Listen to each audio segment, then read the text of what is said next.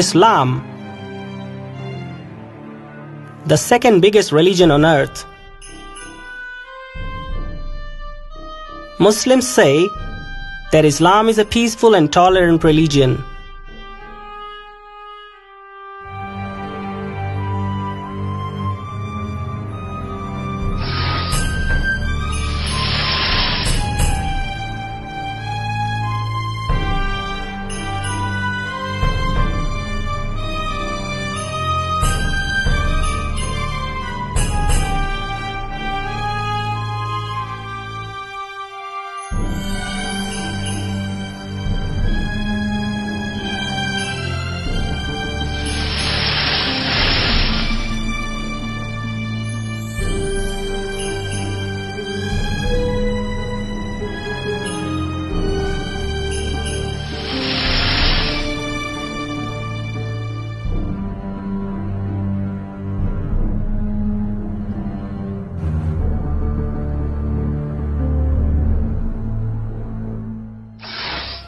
But the evidence speaks to the contrary, that Islam is a violent, full of hatred, and intolerant religion.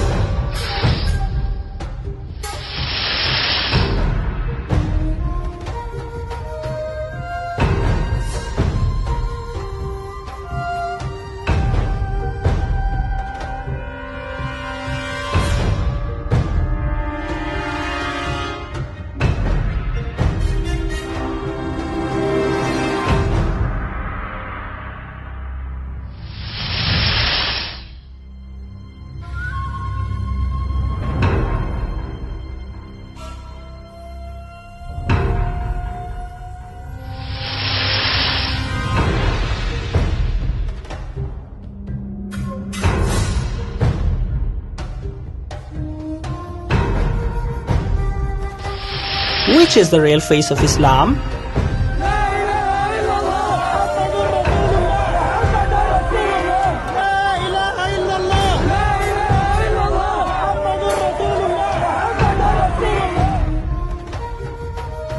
What is actually Islam?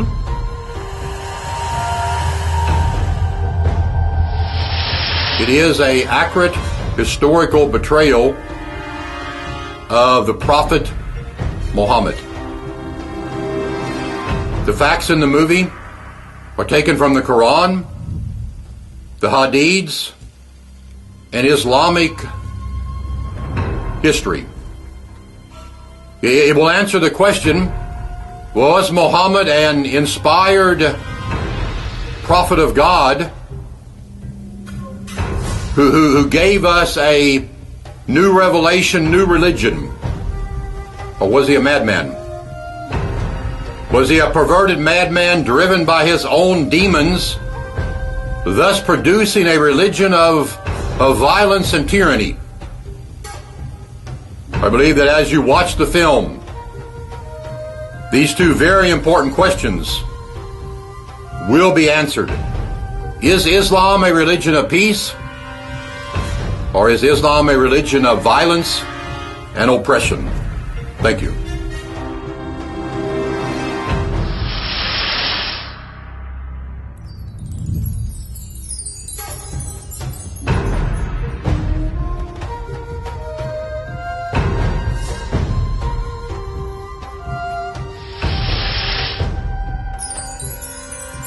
Chapter 1. The Situation of the Arab World. It was the year 570 in the Arabian city of Mecca, during the time of Christianity and Judaism. The Arab world was going well, without many conflicts. There were Bedouins, nomad pastors organized by tribes. There were also farmers who lived in the north or in the areas more fertile and dense in the south. During this time, the majority of the people followed polytheist religions, although a few of the tribes followed Judaism, Christianity, or Zoroastrianism. The city of Mecca was a religious center for some of the northern Arab polytheists, since it already had the sacred well of Zamzam and a small temple, the Kaaba. Chapter 2: Muhammad's Childhood and Youth. On the 12th of Rabi, which is to say the 29th of April, a child was born, Muhammad, in the family of Amina, the widow of Abdullah. She was a poor woman without any type of economic means or fixed income.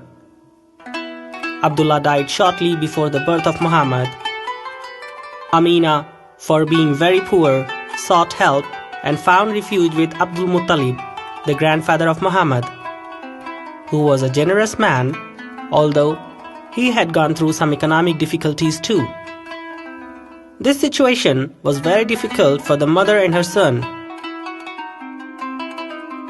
Amina couldn't feed her son except for just a few weeks and had to look for a Bedouin wet nurse by the name of Halima bint Zuaib, who was very poor and lived in the Valley of Desert.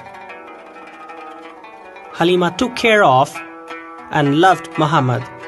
She nursed him, tried to give him good food, and played with the poor child who had lost his father and was separated from his mother. She tried to keep him happy every way that she could, but because she was poor, she couldn't give him everything what he wanted. When he turned 5 years old, Amina, the mother of Muhammad, came back, longing for him. Halima, although sad, understood the feelings of Amina and gave the child back to his mother. A short time later, Amina got sick and died, leaving Muhammad an orphan at 6 years of age. His grandfather Abdul Muttalib stayed with him, but when Muhammad turned 8 years old, his grandfather also died, once again leaving him all alone. His uncle Abu Talib took him in to live with him. He was also very poor and had a very large family. Muhammad, in order to help sustain the family, had to work as a shepherd, a clerk in the store, collector, and helper in caravans. Islam still didn't exist, and it was a time for religions like Christianity, Judaism, and Hinduism. The family of Muhammad followed a religion that wasn't any of the ones mentioned previously. It was a polytheistic religion. They worshipped several gods, like the god of water, the god of the sun, or the god of fire. Which is to say, Muhammad followed the religion that was given to him by his family. But in any case, it was not Islam, because Islam didn't yet exist. Normally, at 8 years of age, most children are having fun, playing, and don't even have to worry about problems or difficulties of any kind. However, Muhammad, as a poor child, had to work hard and face many difficulties. Growing up in this kind of difficult situation brought him great sadness, feelings of loneliness, and lack of self-esteem. When he used to see other children of his age, he felt very sorry and longed for his parents. He thought and wished that he too could have a father who would play with him, take him for a walk, and buy him toys. Oh, how he wished he had a mother to love him, care for him, give him hugs and kisses, and to take care of him when he was sick, to feed him and cry for him when he is hurt.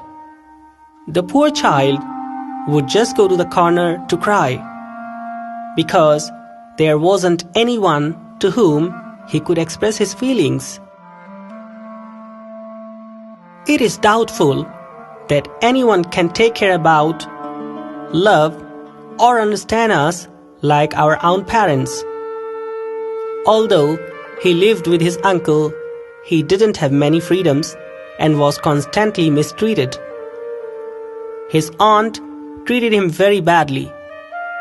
She frequently hit him, and when it came time to eat, she treated him in a very derogatory manner, saying, "Besides the fact that I have such a big family, I also have to feed this trash?"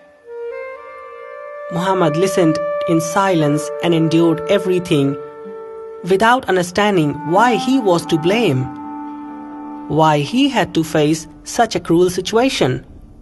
In his heart, a volcano of vengeance, anger, and resentment began to erupt towards his situation, against the world, and especially against women, because of the abuse he had received from his aunt. This difficult situation, in the majority of cases, causes a child to be distracted and have low self-esteem. Muhammad realized that he was an orphan without a future, and the world revolved around money and power. But for the moment, he had no other option but to continue living with his uncle's family. No one is born a criminal. Neither does anyone want to live like one. Delinquency in the majority of the cases is a consequence of a life filled with difficulties and deficiencies. This poor child was raised in this situation, little by little, causing him to think like a criminal. At 20 years old, he left his uncle's family since he already had made many friends. So he left to live life on his own. He felt prepared to begin his new life and to become successful, as he had many times dreamed. He always said to his friends, "One day I'll be a king and I'll rule the whole world. Everyone will respect me, whether because they love me or because they fear me. It really doesn't matter." Besides the fact that he didn't have a single penny in his pocket, his anger kept him full of energy and pushed him with an unstoppable force. He didn't want to continue his life as just a worker. He wanted to be rich and powerful. But how? What did you have to do to be rich and powerful? Muhammad didn't have any money to invest into a business, nor family that could support him financially so that he could better his standard of living. The dream of becoming rich and powerful without any money in his pocket and without a roof over his head, it was almost impossible to become true. After some time passed, Muhammad formed a group of young people who were almost in the same situation like him. They accepted him as their leader and administrator. They began to plan ways to become successful. Muhammad's strategy was very clear: success, power, and money at whatever price. And it didn't matter what had to be done to obtain this objective. They studied and investigated all of the options. They realized that Jews and Christians who were very rich and powerful in politics, religion, and society governed the world. They should be attacked, robbed, and taken away their money. Having money in your pocket, power would come by itself. But how to do that? To go into their houses and rob them wouldn't be easy, because there were many of them and they would respond in the same violent way. So they decided to rob them when they could catch them alone in the streets, the desert, or their stores, covering their faces with a veil. In the next 5 years, Muhammad's group became very violent, attacking and robbing Jews and Christians. They assaulted them, beat them, and if they resisted, they would even kill them.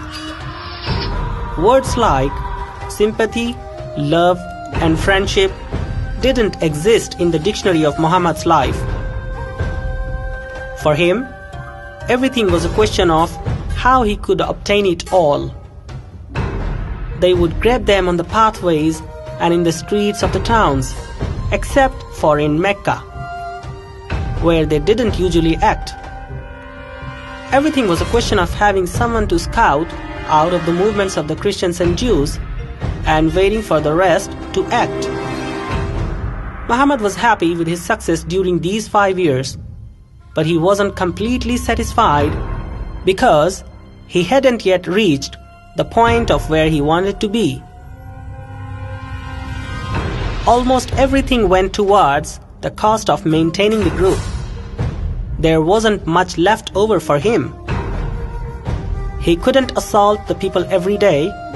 That is why he also had to work in a company in Mecca so that no one would suspect him about his activities.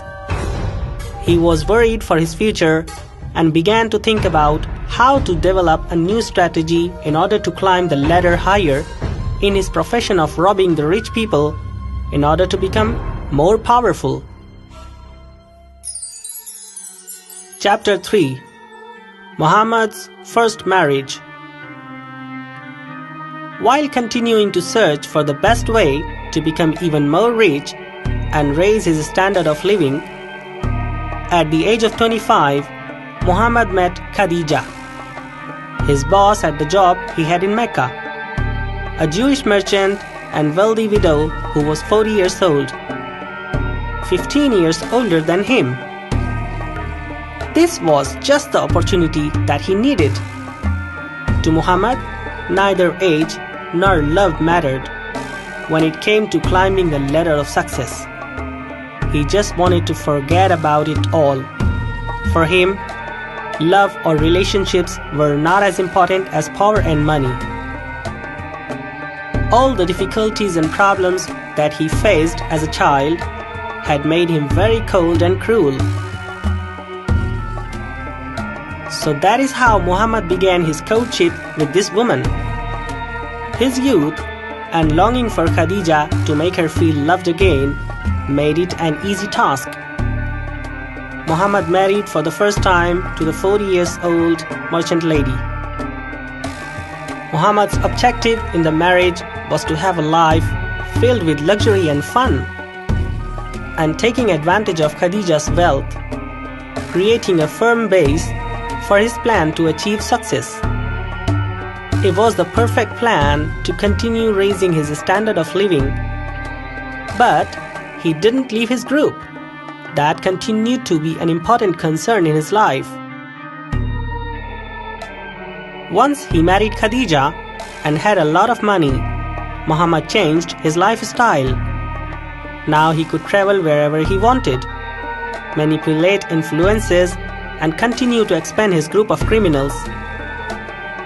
Everything that was not accessible to him before, he now had in the palm of his hands.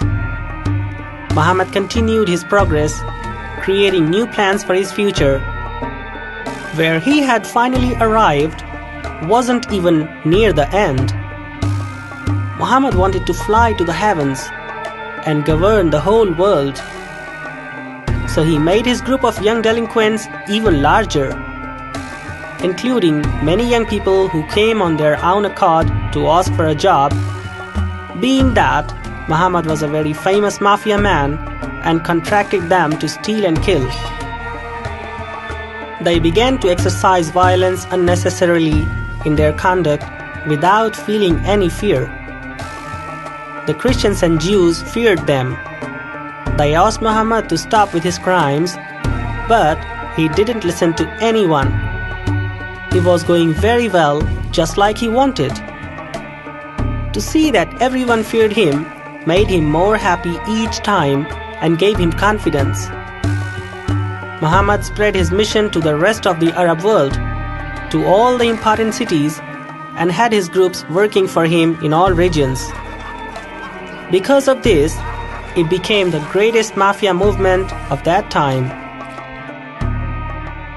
Nearing the age of 40, he had great power, thousands of people working for him, stealing from the rich Christians and Jews. All of the poor, delinquent and uneducated people became part of Muhammad's group, since it was an easy way to get money and escape their misery. Now, they didn't just steal, they went a step further. They raped women and killed all of the Jews and Christians who resisted Muhammad's soldiers. They took their women as slaves and tortured and raped them. They were the most horrific mafia group of that time. All of a sudden, Muhammad realized that the people had more fear than respect for him, and that the thousands of people who stole and raped women at his command were not going to obey him for the rest of their lives. So what would he have to do in order to achieve the final step of governing the entire world? What would he have to do in order to be respected forever, so that they would do whatever he told them to? Chapter 4. The Birth of a False Faith. His group of counselors, like a strategy to continue towards the steps to success, suggested to him that he create a faith like Judaism and Christianity, which would have millions of followers around the world. They knew that countless pilgrims went to visit the sacred places and donate lots of money to the Christians and Jewish places of worship. They suggested him that creating a faith would be a good business and would bring in a lot of money and power. They were already thinking that if this new faith could really become a reality, they could legalize all of their criminal activities and initiate a war in the name of their faith, which would be against all other religions. This would allow them to capture their money, property, and women. Muhammad saw how the Jews and Christians were respected and were very strong economically, politically, and religiously. The entire world followed them, and they received a lot of money for religious reasons. For this reason, Muhammad liked the idea of creating his own faith, although it was a false one. Muhammad's dream had always been to govern the world. He saw that it was not very difficult to teach the uneducated and poor people a new faith. And for those who didn't accept his faith, they would be obligated by force or threats, putting to good use his thousands of soldiers, mafia criminals, and assassins. Now the question was to figure out the steps to obtain this objective of how to create a false faith and make everyone in the world to follow it. Muhammad planned every detail with his group of counselors. They wanted to create a faith that would give complete power to the followers and force the people to convert. In this way, power would be granted to kill those who didn't want to believe his faith, with a very clear message of one faith and one God, placing Muhammad as the ultimate and most praiseworthy prophet of God. Thus, the followers would have the right to make war against all those who didn't follow him. Muhammad wanted to give complete and legal power to his team of thieves and assassins to rob and kill all Christians and Jews that they wanted to, and thus be able to govern the world without any opposition. In the town of Mecca, the people still knew him as Khadija's husband. But outside of Mecca, Muhammad was famous for being a violent mafia, thief, and killer.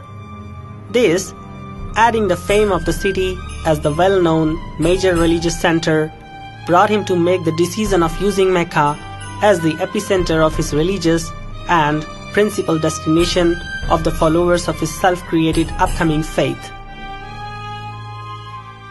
Although Muhammad really wanted to declare himself as the God of his new faith. He knew that it wouldn't be very easy to convince the people that a man could have converted into God. So from the suggestions of his team, he decided to be a prophet, which would grant him absolute power. They investigated everything needed to create a faith: a God, a prophet, a religious book, a sacred house of God, and many followers. Amongst many opinions and ideas, they chose some that everyone agreed would be perfect. They decided to establish an entire system for this new faith which they would impose on the world. First, the name of the faith: Islam. Second, the name of the God. They decided that the name of the God of this new faith would be Allah. And the definition of Allah would be the following: Allah is one, Allah is eternal. He was never begotten, nor would he ever be begotten. And there is no one who resembles him. Allah is very benevolent and loves his creatures more than a mother loves her child. On the other side, they also added that no one is truly worthy of praise except for Allah. He is the only God, so know that there is no God except for Allah. Third, the prophet of the new faith.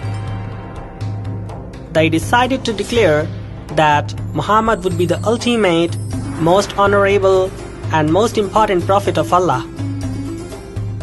And they decided it this way so they could grant Muhammad all power just as the God himself. Fourth, the followers of this new faith would be called Muslims. And according to Islam, they would be the best humans in the world. That the world had been created solely for them, and that only Muslims would reach heaven. In this way, Muhammad gave all rights to Muslims with the purpose that they could use violence, commit injustice, or whatever hidden act in the name of this new faith, in order to spread itself throughout the whole world and obtain more power for Muhammad.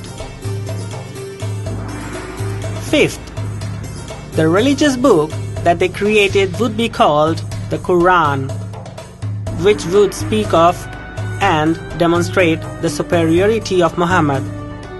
Through this book, they would deceive and convince the entire world, using messages and teachings that were in favor of the purposes of Muhammad and his gang of criminals. The easiest way that Muhammad found for creating this book was to copy parts of the Bible and the Torah. Thus, taking the contents of these sacred books, Muhammad created his own book, giving it the name Quran. Sixth, the sacred home of the new faith. They decided that Mecca would be the house of God, where all of the world would visit, and they would receive many offerings in order to raise up the kingdom of Muhammad. Seventh, later they devised the ways for praying and worshipping.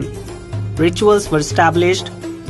They made rules for praying 5 times a day, fasting during the month of Ramadan, and an obligated visit to Mecca at least once in lifetime. 8th, they decided to declare by means of false messages from Allah that through Muhammad, the ultimate, most honorable and important prophet of Allah, all of the world would have to conduct their lives how Muhammad conducted his. And upon doing so, it was called Sunnah. And those who adopt this behavior will have a more direct path to glory. Like that, Muhammad pretended to be more and more strong, becoming himself the model to follow for all of his faithful ones.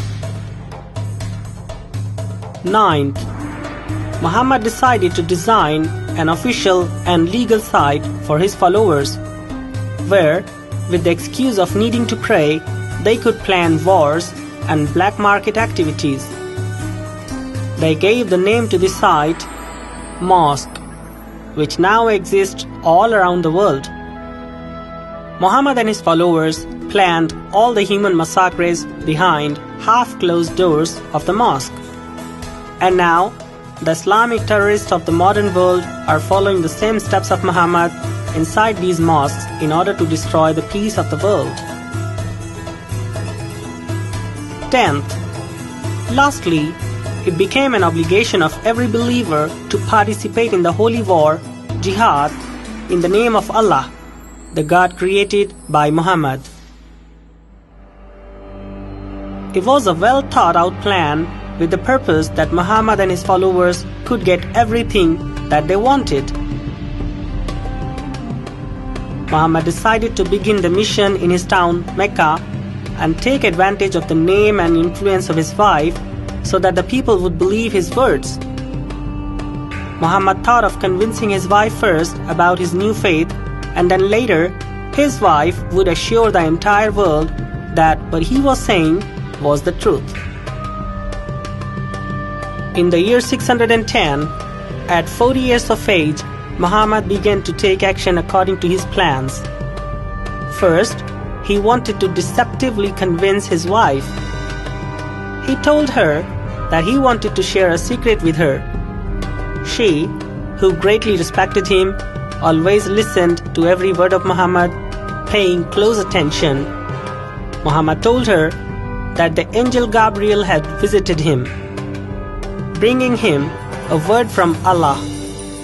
He said that Allah had chosen him as a messenger to share the word of Allah to the whole world.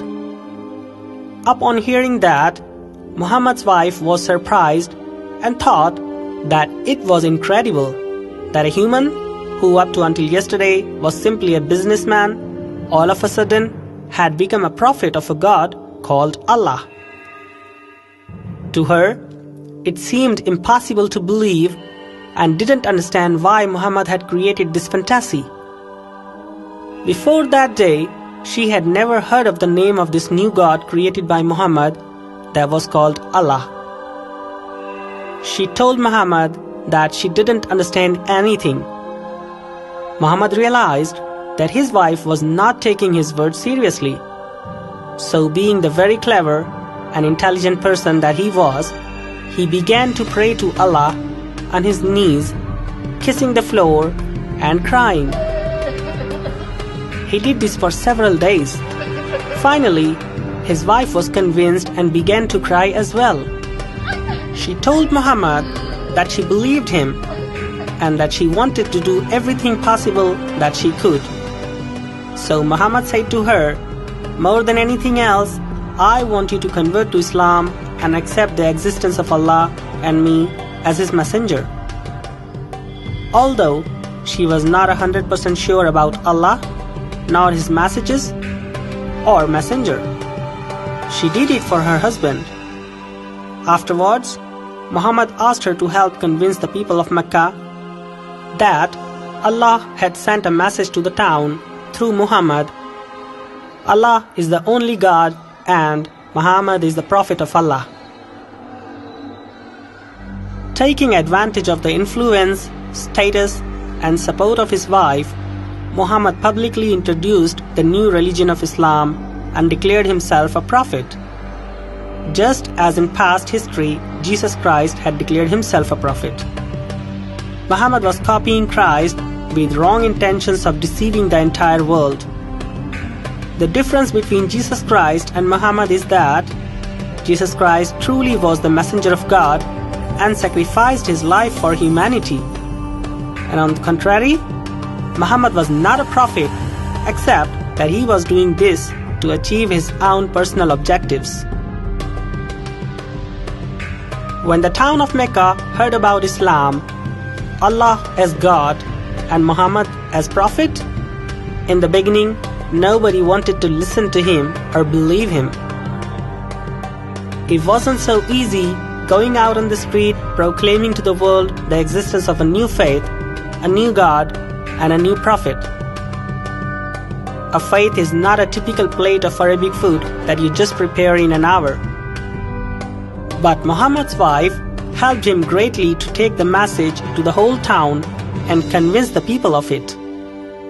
Also, thousands of people from Muhammad's criminal team converted to Islam falsely in public to show the people of the town that there had been a revolution, that Allah had sent His true messenger to this world, and that He had chosen Mecca as His holy place. Muhammad's wife and his team very subtly and cleverly bribed the poor and the beggars, giving them money, food, and other primary necessities so that they would accept Islam as true religion and Muhammad as prophet. Thus, Muhammad increased the quantity of people who adopted his false faith. Muhammad began to triumph when he began converting his friends and those closest to him to Islam. He convinced them, saying that all the messages that he received were words from Allah. In each message of this God, his own name was always mentioned, so that the whole world would realize that how important he was for Allah. To make more people believe, Muhammad had to act as a false prophet that he was, and tried to convince to the whole world that he was receiving messages of God and that angels came from Allah to see him. He couldn't do it in his house or in the streets, because upon doing it falsely in public places, his deception would be discovered. So he selected the place where he hid his money from the robberies, the cave in the Hira mountains in Mecca. Muhammad went there to hide the loot that his team would bring him from other towns, but told the world that he went to the cave to receive words from Allah, to see the angels of Allah, to meditate and pray to Allah. This process continued for several years, until Muhammad fabricated many false messages of a God which did not exist, and later mixed those messages with the contents that he had copied from the Bible and the Torah. All these messages were contained in the book called Quran, created by Muhammad to deceive the people of Mecca, the Arab world, and humanity. It was a book that was written with the objective to demonstrate the superiority of Muhammad so that he would be able to complete all of his desires. He began to preach Islam based on some two-faced principles. On one hand, the existence of the one God and the immorality of the soul, which he got from the Bible and the Torah. And on the other hand, violence, war, jihad, killing, hatred, and discrimination. It became a perfect mix of the two ideologies, one good and the other bad, so nobody could refute it. In the beginning, his only followers were his closest family members, later his most intimate friends, afterwards the town people, and finally, he preached publicly in the city and the surrounding areas. For Muhammad, it was important to achieve a large community for his false faith, with the purpose of creating a strong base. Town already believed it. His wife and his team promoted it by going door to door. And it's part of our human nature that when we make a lot of noise and millions of people listen to a message, there will be at least thousands who believe it and follow it. That's what exactly happened. Little by little, the people began to believe. Everything was going like Muhammad wanted. His strategy was triumphing. The people under the command of Muhammad continued robbing, raping, and killing innocent people outside of their town. And in his own town, he pretended to be the Prophet of Allah. Arabs of Mecca were clinging to their polytheism, and others, Christians and Jews, revolted against the Prophet. The most powerful families of Mecca turned against him. The Christian and Jewish communities of Mecca were provoked and outraged for the impetuous activities of Muhammad. He began to be hindered by the Christian and Jewish communities, which knew that Muhammad was a liar and that there wasn't any Allah or a prophet of Allah. Problems began to arise when Muhammad began to insult other religions. The Jews and the Christians didn't let him just come into their communities easily to preach the false messages. That is why Muhammad had to use violence and power from the mafia against those who became obstacles in his way. Finally, for fear of Muhammad, the other communities decided not to confront him to prevent problems with him and his mafia group. And this allowed Muhammad to practice his new faith wherever he wanted. Although they offered him an agreement so that all religions could exist together in Mecca. For Muhammad, the objective was not to practice a religion, but rather to govern the entire world. So Muhammad rejected any type of agreement. He wanted the complete domination. Muhammad didn't like sharing his power. Although violence was part of Muhammad's strategy, in these moments he wanted to do it more softly with verbal threats and force. But if the moment arose, Muhammad and his team of assassins pulled out their swords against those who didn't want to follow his orders. Muhammad sent a message to the Christian and Jewish community for them to accept Islam. But this time, he was not successful. The Jews and Christians, although they were afraid of Muhammad, rejected it and told him that they had a God who would save them and they didn't need a new God or a false prophet. Chapter 5. Initiating the Violence.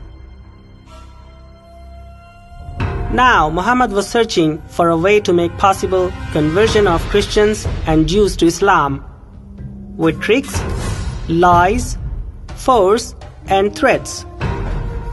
Muhammad added new messages to the Quran and shared them with the whole world. For example, I have been ordered by Allah to fight against all the unfaithful until they submit to the reality that there is no God except for Allah and Muhammad is his messenger. Submit and testify that there is no other God except Allah and Muhammad is his apostle, or you will be decapitated. In summary, according to the message of Allah, Muhammad transmitted it to the world through the Quran. I order all Muslims to fight against the unfaithful until they are dead or convert to Islam. Permit people of other faiths to live freely and ignore Islam was not an option. The following years were barbaric and violent. Muhammad forced the Christians and Jews to convert to Islam or die by the sword.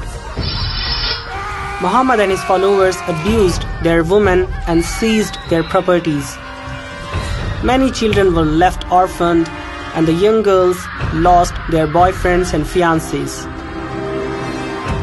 The barbarism of Muhammad didn't distinguish between youth, elders, and children. Everyone became the victim of the sword of Muhammad.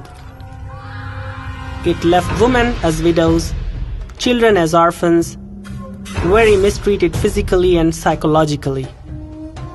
Muhammad subjected the Arab children to the same situation that he had suffered from in his childhood, without parents.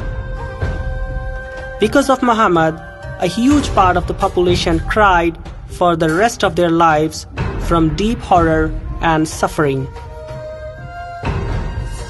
Those who didn't want to convert to Islam and wanted to follow their own religions were obligated to live under the submission of the government of Muhammad and were forced to pay him quantities of money periodically so that they would be allowed to continue living.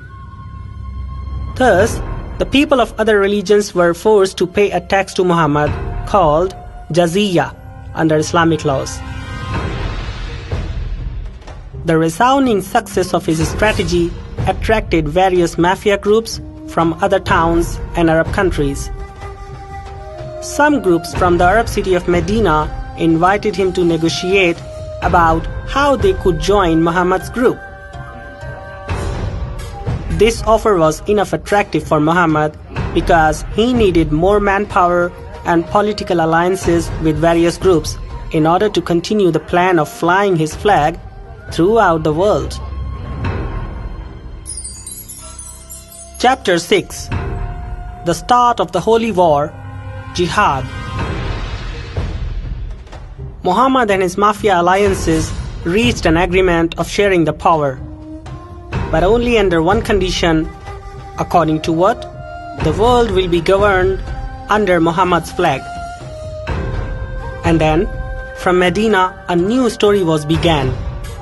The religion that was created by Muhammad was at the point of expanding internationally, with many plans of war, violence, and Islamic military action. Muhammad and his followers initiated the offense against passive countries in order to impose Islam on them, using force, violence, and eliminating their enemies. This launched the Holy War against Christian, Jewish, and polytheistic paganism. This war cost countless lives in various communities, cities, countries, and amongst people of different types of faith. Up to this time, it hadn't been possible to make a true list of all the massacres that Muhammad had committed in his ambition for power. They are countless. But some of the most important wars and attempts against humanity that Muhammad did were the following. The War of Badr, the War of Uhud, the War of Ahzab, the War of Hunayn, the War of Tabuk, the War of Mu'tah. These wars caused the worst human massacres in the history of our humanity. It began with Medina, passing through Mecca to the entire Arab world, conquering many countries and making them submit under his flag, and reaching countries of almost the entire world. So much success and wealth made Muhammad too cruel and shameless. His feet were not on the ground. He was flying in the clouds of his own world, created by lies and violence. The palace of his life was full of happiness and the luxuries that he constructed over the dead bodies of thousands of innocent victims. And it made him feel like a god that could control the whole world by moving just one finger. Chapter 7. The Awakening of Lust. From being an orphan to becoming a thief, afterwards a mafia assassin, later a false prophet, and now, at the age of 52 years, he had become a sexual robot full of lust. After the hard work of many years of robbing, torturing, and killing so many people, he wanted to make his sexual life happy. Sex and lust were two chapters of his life that he had forgotten about during his struggle to become rich and powerful. But now, when he had everything, his sexual desires were awakened. Despite the fact that he was 52 years old, and it wouldn't be long before he left this world. During the wars, they killed Jews and Christians, and Muhammad took the women of these victims captive. He would select the most attractive women for himself and give the others to his team. These women became Muhammad's slaves. He made them dance. He forced them to give him sexual pleasure by threatening them with the sword. And after he had used them, he would throw them out into the street. Women had become a toy for Muhammad. He didn't value or respect them. For him, women were to be used and then thrown out. That is what he taught all of the men who followed him. For that reason, even today in the Islamic world, women don't have the same rights or respect as men. Thanks to Muhammad, today in the Islamic world, women are subjected to discrimination and tortured by men. Muhammad liked to play with women for a little while, and then he would treat them like slaves.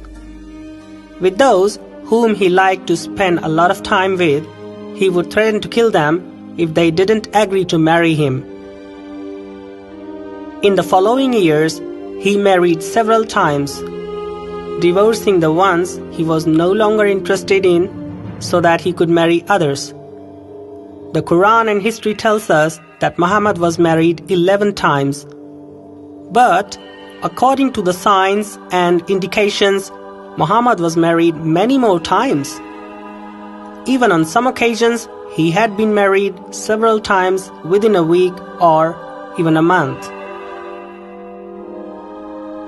Some people even dared to question him about his sexual and marital activities. But there's a saying, every dog has its day, which means that there is always a moment in life when everything goes very well. This saying can be perfectly applied to Muhammad. He knew how to justify his horrible actions and evil activities. Islam served as a shield for him. Each time that he married another woman, he would say that it was Allah's wish, and that Allah had commanded him to marry that woman. When he mentioned the name of Allah, no one dared to question him. On top of that, he added another false message in the Quran. Man can be married to 4 women at a time. This was another way to legalize his sexual activities. Besides his first wife, Khadija, in the following years, Muhammad married the following women. Second, Sauda bint Zama. Third, Aisha.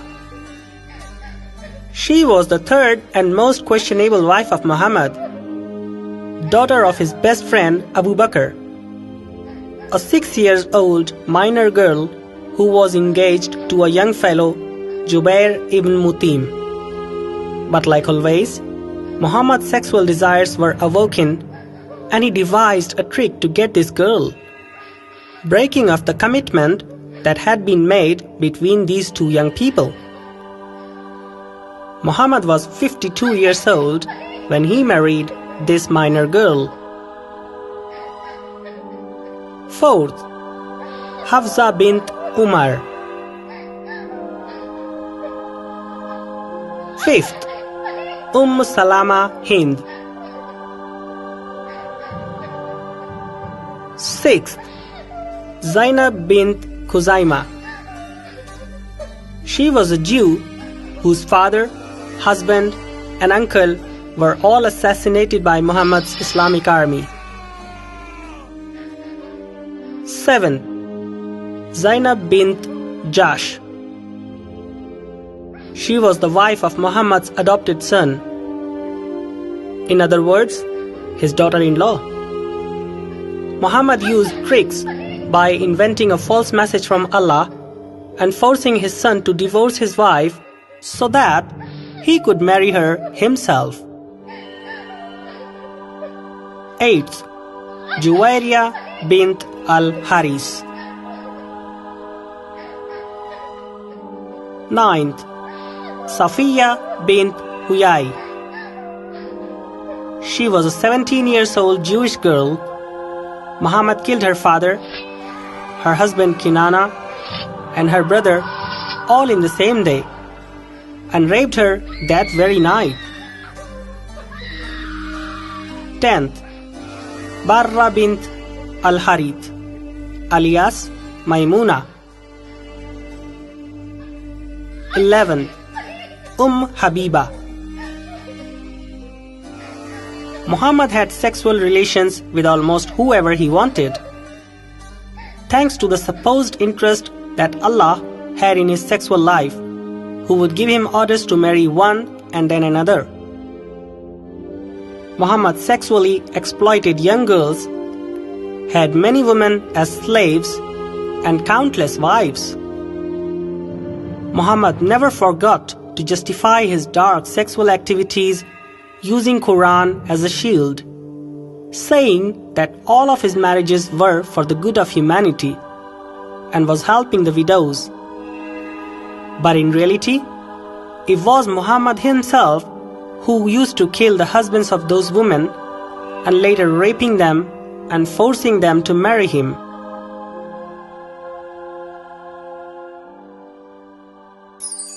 Chapter 8, The Discrimination of Women.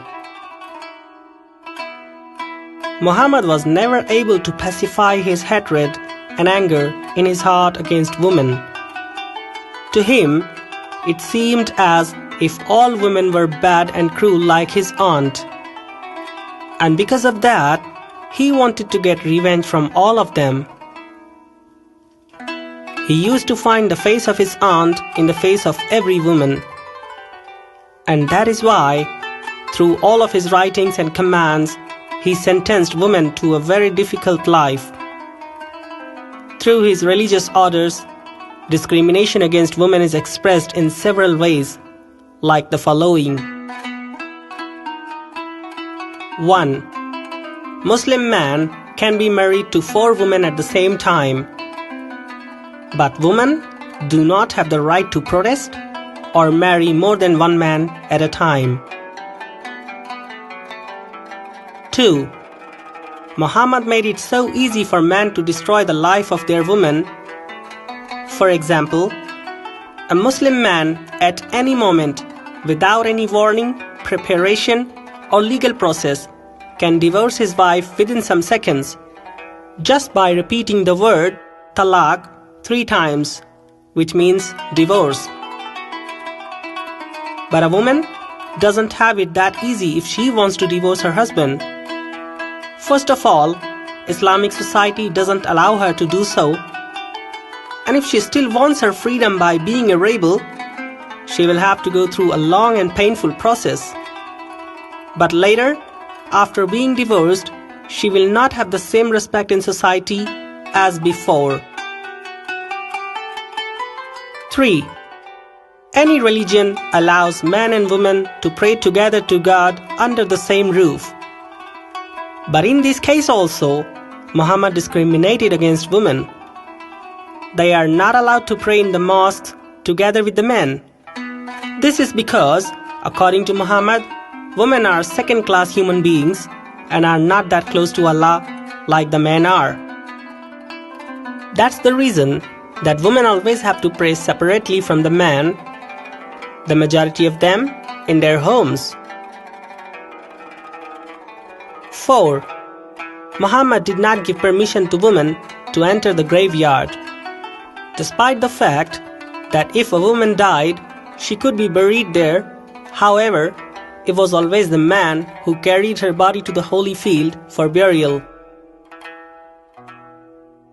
5. Women could not get close, speak to, or have a friendship with men who were not close family. But on the other hand, men had no such restriction. 6. Women always had to be covered.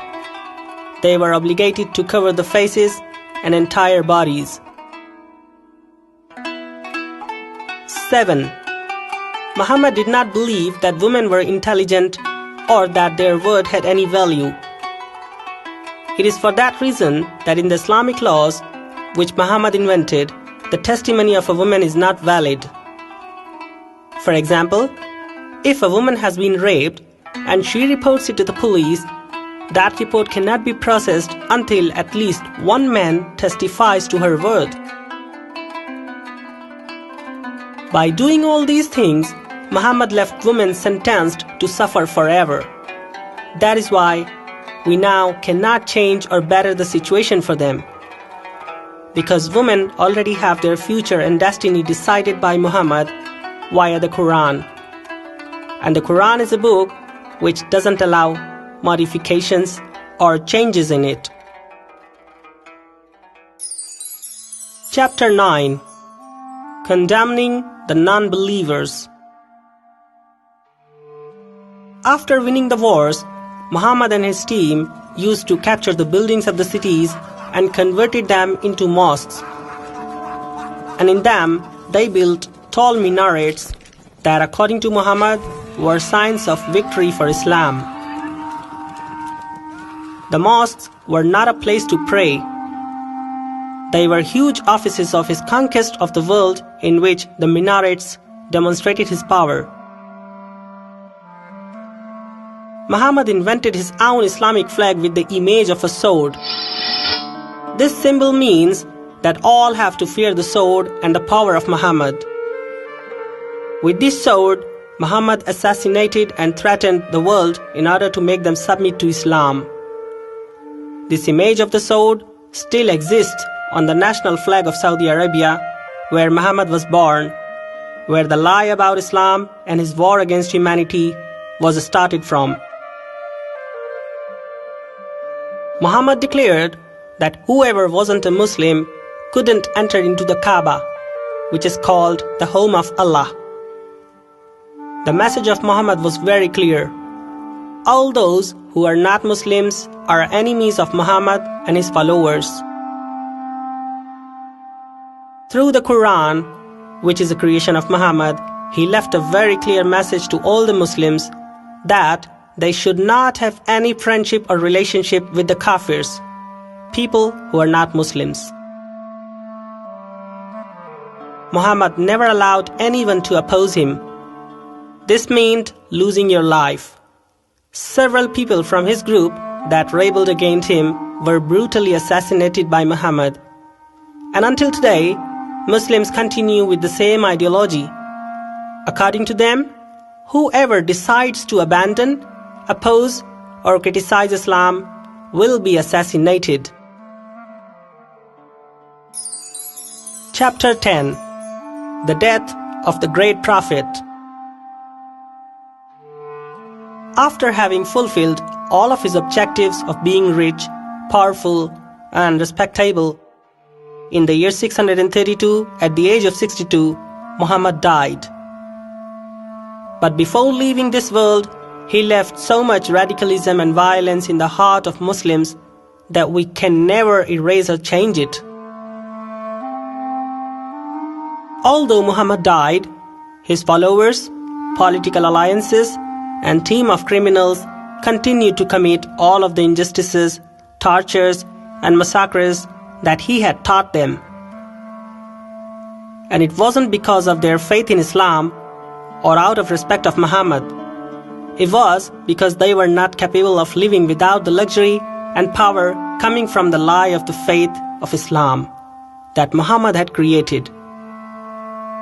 From then on, this false faith has extended throughout the world and still continues with its ideology of governing the world at whatever price and whatever way. Chapter 11. The Forgotten Past and the New Generations. The people who were converted to Islam by force continued in the Islamic trap because of fear of Muhammad. And so, from generation to generation time passed, things of the past were forgotten and the new generation didn't realize that they were following a religion that was erected from the graves of many innocent men, and that they respected a religion that was surrounded by a sea of tears from countless women. They continued to respect Muhammad as the messenger of Allah and Islam as the religion which their past generations had given to them. They never came to realize the history or the reality of how Muhammad killed and brutally tortured people in order to convert them to a religion that didn't even exist. And since that time until now, millions of innocent Muslims follow the violent education and injustice of Islam that Muhammad imposed on them. These Muslims of blind faith do not know that they are the descendants of generations of people who were forced to convert to Islam, and they follow a religion which is the creation of a selfish mafia man who created this Islamic trap in order to gain power and luxury. Chapter 12. The message from the author. We understand perfectly that Muhammad lived through a terrible situation in his childhood and youth. Without parents, without love, and without means for a better life, which were facts that caused him to become a criminal and a very selfish person who did everything that he could to fulfill his own interests. Any one of us in his position could have ended up down the same path. Everyone in the world likes money and power. But now, it is the moment to recognize him, to know his lies, to recognize his character and the fantasy of Islam which he created. Muhammad himself couldn't have imagined that a false faith invented by him in order to rule on the world would have grown so much and would be followed by millions of people who admire and respect his lies with so much devotion and sincerity. What has happened to the millions of people who can't distinguish between the truth and lie? Why can't they see that Muhammad was only a human being like us who committed all of these crimes because of his human nature, desiring power and wealth? I know that I haven't got physical evidences to prove that Muhammad wasn't a prophet, but rather a mobster. But Muslims can't demonstrate either the truthfulness of Muhammad's sacred and spiritual character. Very simply, I just want to say, how can a man be a prophet who used to rape women, abused young children, killed innocent people in the name of a faith, ruined the future of families, and led his followers to the barbarism? If he was still alive, I'm sure that no law, no country or culture would let him remain free, and that he would be punished for all the crimes he committed against humanity. The objective of this biography is not to declare Muhammad a criminal or to convince the world to leave the faith that he created. I only want to show the other side of reality regarding the dark and dirty life of Muhammad, which I consider to be the truth. Now you are the one who have to decide if you will still respect him as a holy prophet or will stop following his violent teachings for the good future of our world. I would ask all Muslims to please leave the way of jihad which Muhammad taught them, and that they should embrace the way of love and humanity. That will be the true salvation for them and peace for this world. Thank you very much.